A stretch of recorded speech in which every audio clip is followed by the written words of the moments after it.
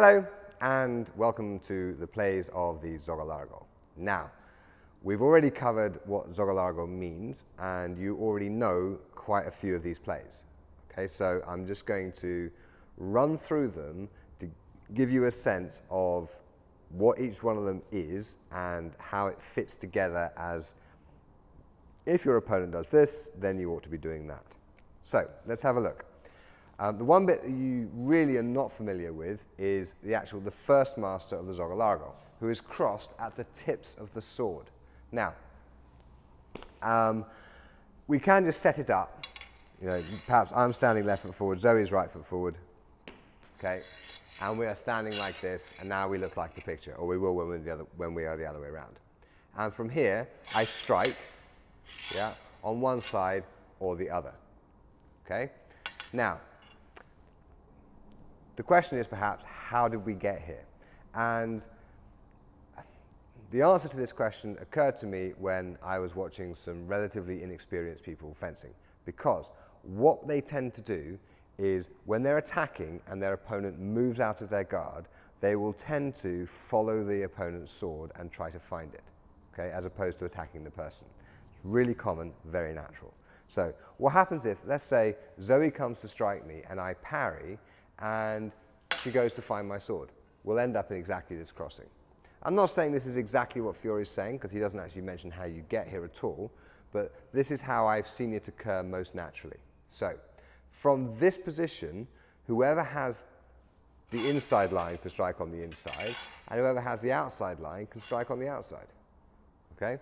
So, I think the lesson of this play is quite simply, if you end up in this position, strike into the opening line, which should be fairly straightforward. So let's set it up just from the crossing. So from here, tip to tip, if the line is open, I can strike, and if my line is closed, because she's closed it, I strike on the other side. Okay? Fairly simple, fairly straightforward. Now, the first play of the first master of the Zogho Largo across the tips of the sword is the crossing. The second play is his scholar, who is striking on the inside line. And the strike on the outside line is mentioned in the text. So let's set it up as it might occur, where I'm waiting and Zoe strikes, and as I parry, she binds, and I hit her anyway. Okay, let's do that slowly.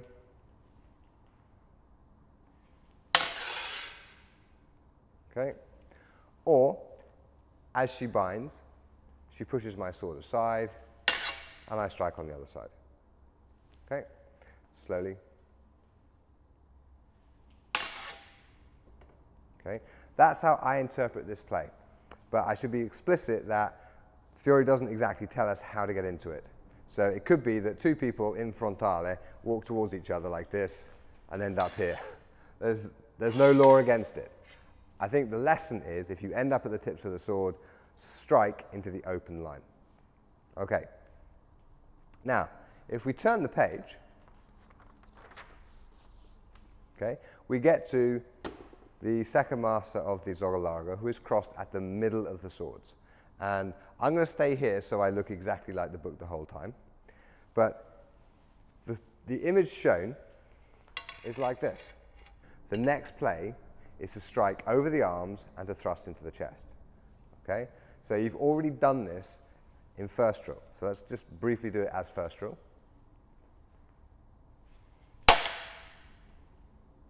Okay. Now, the third play, which is this one here. So the first play is the master. The second play is the stepping out of the way, striking over the arms and into the chest. The third play is you grab the sword and strike. And we looked at why you might do this in the four crossings drill. So I parry, and the sword is close enough for me to grab, so I grab it and strike. Okay? I think the reason for doing it is because the sword is close enough. Now, the fourth play is very much like the third, only I add a kick. Okay? So there's a kick to the knee there.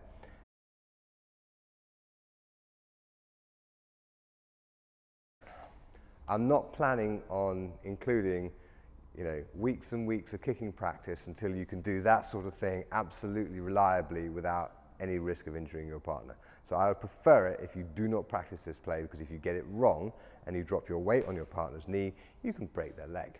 So I show it to you for the sake of interest, and I'd rather you didn't practice it because I've not taught you how to kick. If you already know how to kick and you're safe to do this with your partner, fine, go ahead and do it, but that's on you. So I suggest at this stage you go off and practice the first and second plays of the second march of the Zogho Largo, which is the parry and the strike from first drill, and then the third play, which is the blade grab. And see if you can distinguish when you should step off the line and strike and when you should grab the blade and strike. Okay? And use your knowledge of the 4 crossings drill to help you with that. Okay, I'll see you in a minute.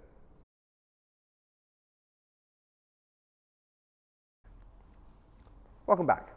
Now, the colpo di villano is the defense against the peasant's blow. And the peasant's blow is an overwhelmingly hard strike, which will probably end up in the ground if you are not underneath it. So, the instructions are explicit.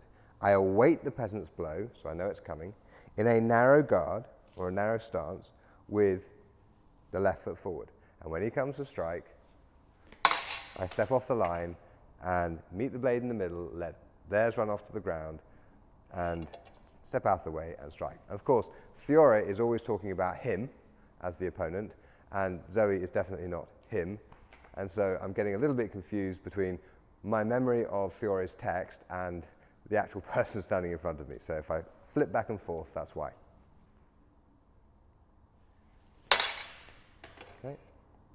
And as Fiore says in the 6th play, okay, if they pull back, okay, you cover their sword and they can do nothing, so he says.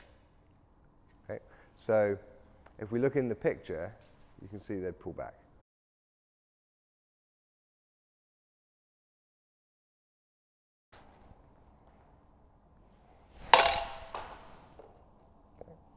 And then I follow up by covering the sword, okay, which is the 5th and 6th plays of the Master of the Zogho Largo crossed at the middle of the swords.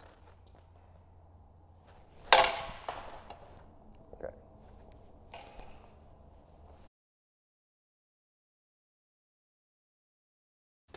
The 7th play is from the crossing, however we got there, and I'm sure you can figure out a way to get there by now.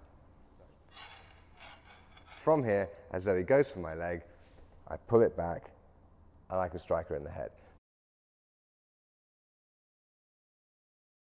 This is a basic exercise in geometry. Yes, the hypotenuse is longer than the side. Again.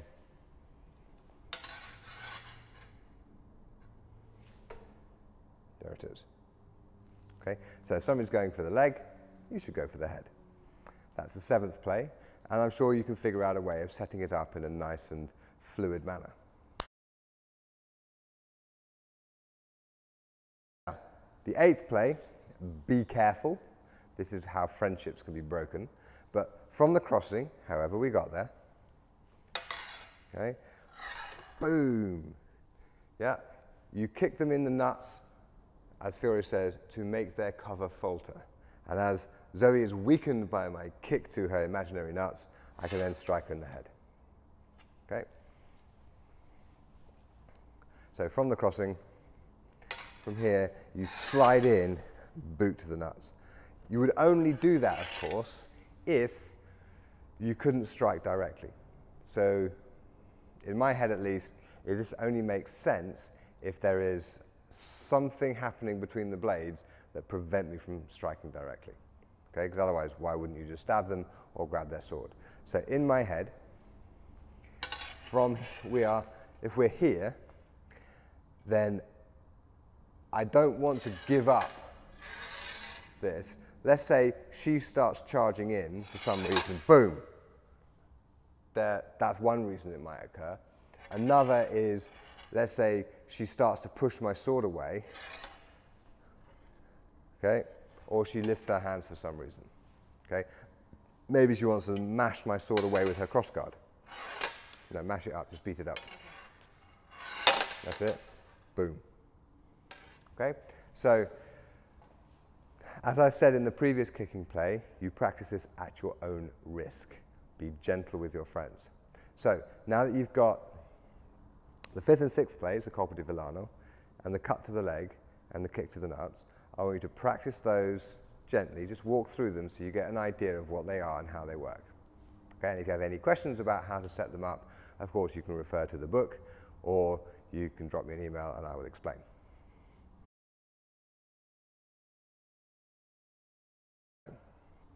So, the 9th play goes with the 10th play, and it is the exchange of the thrust exactly the way we've done it in the basic syllabus. So, there's a thrust coming towards my waist, I step out of the way, stick the point in, step in, and if I miss, I keep going. You already know how to practice that, so you can carry on and practice it.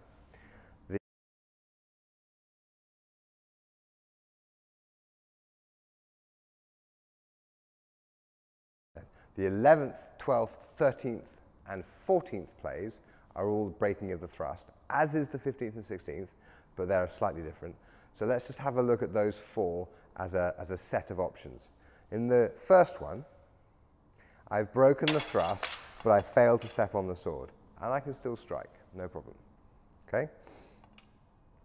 In the next one, so the 12th, I've stepped on the sword, and I can strike, and he shows, in this case, a strike to the hands.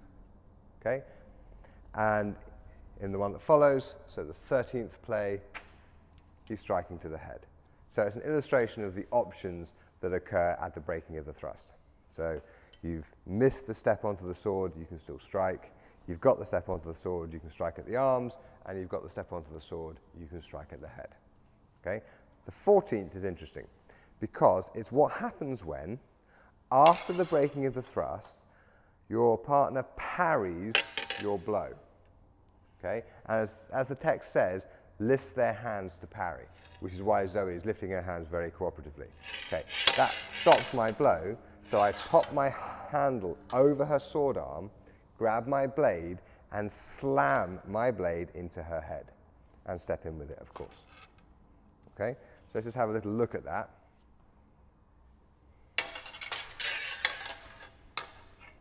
Okay, nice and relaxed, nice and easy. Don't go too hard on this one because it's kind of nasty, isn't it? Yes. Okay, because you haven't seen that one before, I'll show it to you on the other side. And I'd just like to point out that I don't like you practicing things you're not supposed to do. Yeah? So when a play punishes a mistake, it's best if you don't practice the mistake side of it too often because you don't want to build up that habit as a mistake. One thing we can do about that is in this particular instance where, come and strike please. So from here, there's absolutely nothing wrong with that being a parry, okay? But ideally, it would be a parry and pommel strike in one motion. Boom. So do that as a pommel strike. So I break, boom. And my counter, it's a little bit different, especially if she treads on my toes, sneaky one there. It still works just fine as a defense against the pommel strike. So it's better to practice this for the sake of the person who is doing having the technique done to them. What they're doing at the moment when the technique is done is something they should be doing, which is a pommel strike, rather than simply a parry from which there's no continuation. Okay? So nice and relaxed, nice and slow.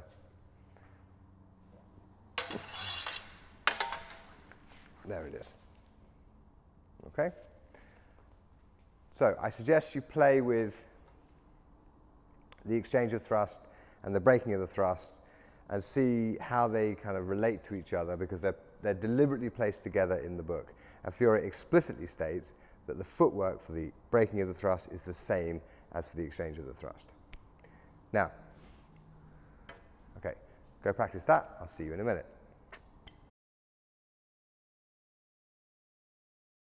Sorry. Now, the 15th play is interesting because it gives us a push to the elbow, which, given the previous setup, and he explicitly says when I am cross with a player or after the breaking of the thrust, I'll push the elbow. Now, the elbow I'm supposed to be pushing is that one, and it's not available. Now, perhaps if Zoe comes in with a pommel strike from here, I might push the elbow. And as I push it, she turns, and I can strike her from behind, which is the 16th play. But I think it's more of a general lesson. When the sword elbow is available, you can push it to turn the opponent, and then you can strike them from behind. Okay? And we've already seen this in the plays of the sword in one hand, and we've already seen it in some of the previous drills. So now I think you should go and play with these thrusting plays. So you have all 8 of these plays to play with.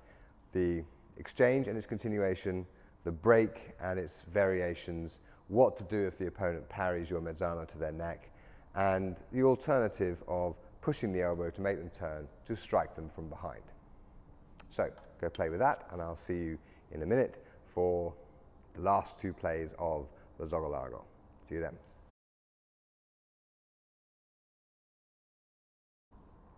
Welcome back. Now, the 17th play of the second master of the Zogho Largo, across at the middle of the swords, is the punta falsa, which you have already done.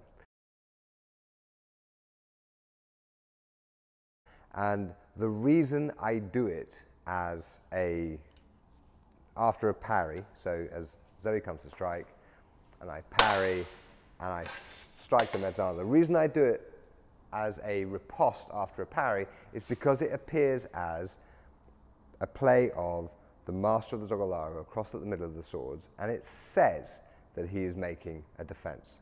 So it makes sense to me that the basic way that we practice the punta falsa is initially from the crossing of the master that precedes him. So there's nothing wrong with just setting up the crossing. Okay? Now, under what circumstances can I reasonably throw a mezzano? If there's pressure coming towards my head, that's not going to work, is it? So if you're pushing towards my head, if I release that pressure, I'm going to get hit. So my assumption is the parry has been reasonably successful, and so I throw my mezzano, and then she parries, and I turn the sword and strike as Fiore instructs.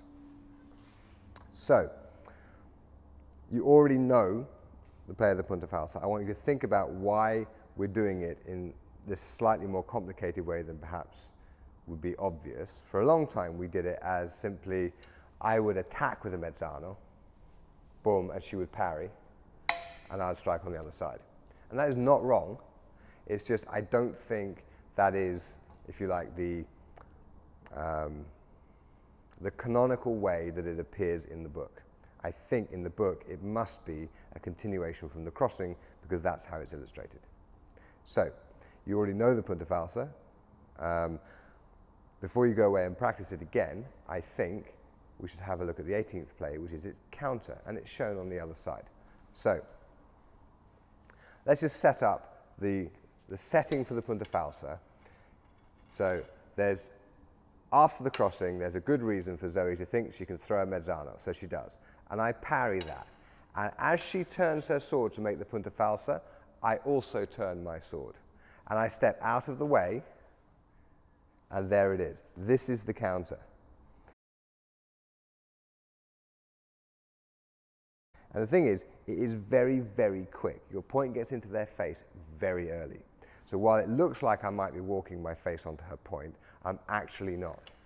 And Fiore tells us to step around with the left foot, so we do. And you'll notice that in a perfect world, I'll end up with my sword on top of her wrist, controlling her. So let's have a look at that. I'll stick a mask on so we can play a little more freely. There it is. Oh. Now I can't reach because her hands are so high. It doesn't really matter because I've got my point in her eye, and I'm sure she'll weaken eventually.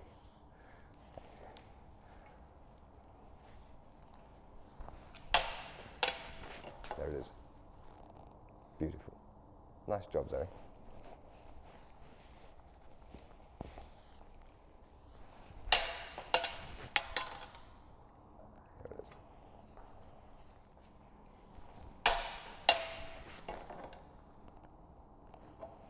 Again. There it is.